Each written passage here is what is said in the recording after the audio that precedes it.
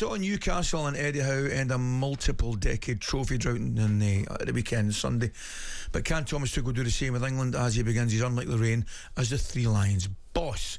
The answer to that question, however, would be no if the former German goalkeeper Jens Lehmann, who was on the show yesterday, is to be believed. You always have to credit a coach's decision by picking players, because he's doing the whole day nothing else than watching players and make a decision who's going to be for me, for my team, and who's not.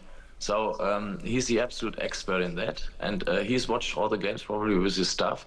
So in that respect, I think you cannot criticize his decisions, particularly at this point at his first match.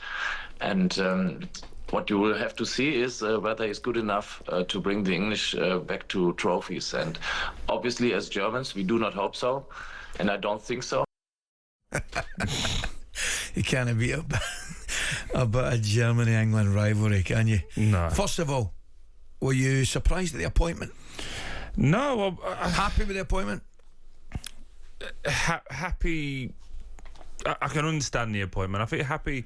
I still think national team jobs should be with their same nationality. So it should be English, or Scotsman should be Scottish. I just thought it more sad of where we are as with the FA and this current crop of English coaches. But in terms of a man who's ready to go, won things at the highest level, I think that's the only thing we couldn't get with any of the English coaches. Was it at the moment anyone who's won it? We'll take it, but I just think I've not been impressed with him so far, if I'm being totally honest with you. Mm-hmm. I've not been impressed with him not working for the first few months, then being at the at where he's back in Germany and things of that nature. Again, you got to see your family take that point, but I haven't seen him do enough just yet. Yeah, I think we've got to give him time to see how we go on. I'm looking at the squad. Well, it's very much. You would it's the think, same. Yeah, it's very much the same, isn't it? I would say that the surprising ones for me, looking at the English squad right now, and you'd be better qualified to talk about this than me, would definitely be Jordan Henderson and Marcus Rashford. Yeah. I'm not sure if I'm an England fan if either of them send out the right message. And by that I mean Jordan Henderson has been fantastic, wonderful football player.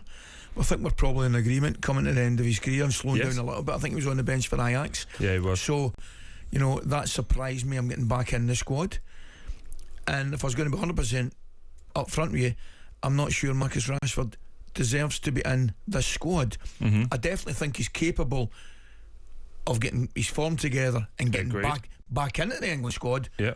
I don't think he should be in it now. Yeah, and that's totally my point. I think one that's been missed out as well from all four goalkeepers, Nick Pope didn't even get picked. You've got James Trafford for Burnley. You've got Aaron Ramsdale, who's getting 4 put past him each week for Southampton, and Nick Pope missed out. So again, I thought that was a difficult one. It's very easy to start picking out these players, right, and go, he shouldn't, or this person should have been. But I do take your point absolutely to Jordan Henderson. I think he's been bought. Him, Kyle Walker have been brought in to have that leadership and kind of create, this is what it means to play for England. I think you can create that yourself. I was going to ask you, is that required? Should that be required? I don't think so. Surely you know, as soon as you walk through those doors, what it's like to play for your country and represent your country. You would like to think so, but the way he spoke about it suggested that it wasn't that. I think also as well, when you look, Morgan Gibbs-White's in there, but there was no Forest players up until yesterday, so or Sunday, should I say.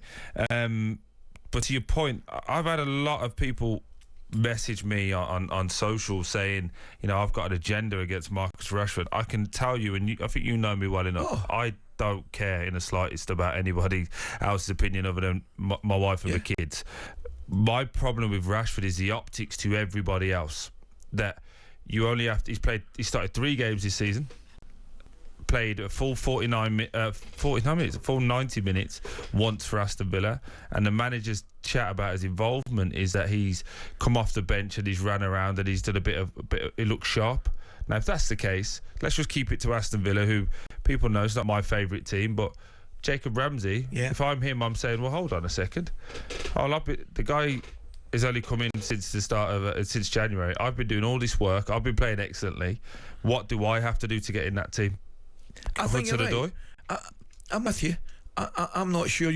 What you're saying is, and I tend to agree with you, you know, not only do you kind of slightly disagree with those selections, but it's bigger than that. It's the message it sends to players. What do you have to do to get in the team? I mean, what's the qualifier? I know Gibbs-White's in the squad now, but I'm baffled why he wasn't in the first place, for example. Absolutely. And then also you look at like Hudson-Odoi.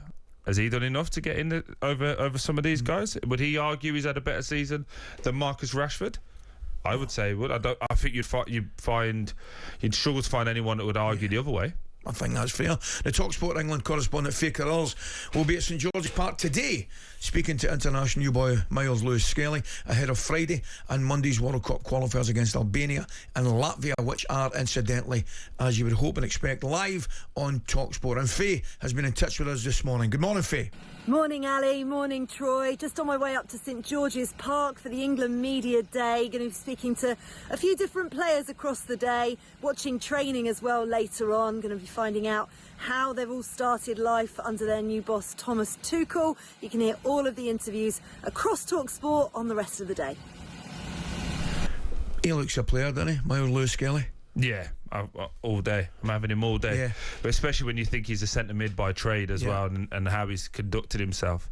I think when you look at what they've done as well with the people that they've put in the 23s, so Ethan Wanyeri and the like. Yes. I think they're going to have a lot of training sessions where they're playing against each other, and there's room and scope to move those guys up. I do just think you deserve to have like your name. Not you've been called up because someone's got injured. Again, you've been at Scotland. I've not been at this level, but I would imagine if you get a full Scotland cap because you've earned it, it feels differently to you're in the squad because you was with the 23s, but this person got injured. There's a different feeling around that. Of course there is. And one player I'd like to mention looking at that squad, I think he's a terrific player again, Jared Bowen at West Ham. Troy, I'm a big fan, mate. Yeah. I am a big fan. And a West Ham team that sometimes a little bit up and down, he's one consistent. Yeah, and he's also just a proper person, isn't he? No hysterics, nothing off the pitch, just really. Gets on with it. Just does his job, scores goals, goes home. I think absolutely. One for me, again, probably a little bit biased in this one because he's a friend.